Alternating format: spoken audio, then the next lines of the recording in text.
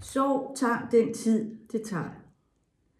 Vi arbejder som frivillige i Røde Kors Slagelse, og vi er 4 frivillige. Vi er mig, Helle, og Lone, som sidder her. Og så har vi også Lisa og Vinnie. Vi har alle 4 masser af livserfaringer og kompetencer fra kurser og uddannelser og jobs, og som giver os en rigtig god baggrund for at arbejde med mennesker i livskriser. Sorggrupperne i Slagelse startede for over 30 år siden. I 2011 startede jeg og en kollega op med at skabe en ny struktur på de sorggrupper, der hidtil havde været. Fra primært at være ældre deltagere, er der nu også yngre deltagere, som vælger at dele deres sorg med andre. Sorggrupperne er et frirum, hvor vi både kan græde og le sammen. Det er legalt at udtrykke alle sine tanker og følelser, som er forbundet med den livskrise, som et tab er.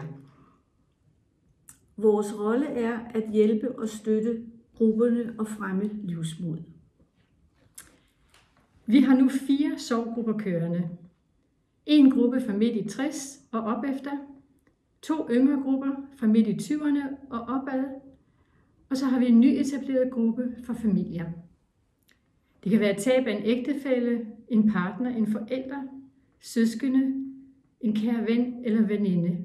Det kan være at miste et barn eller et barnebarn, som er temaerne for sorggrupperne. Sorg tager den tid, sorg tager. Den er individuel, den er personlig, den er hjemløs kærlighed. Ved bredden af Genèvesøen i Schweiz sidder en sørgende mand på en bænk. Hans torso er et stort hul. Hans hoved er bøjet, armene støtter på knæene, og hænderne hænger løst ned.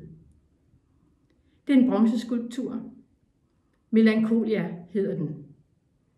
Denne bronzeskulptur skabte kunstneren Albert Györgyi som reaktion efter, at han havde mistet sin kone.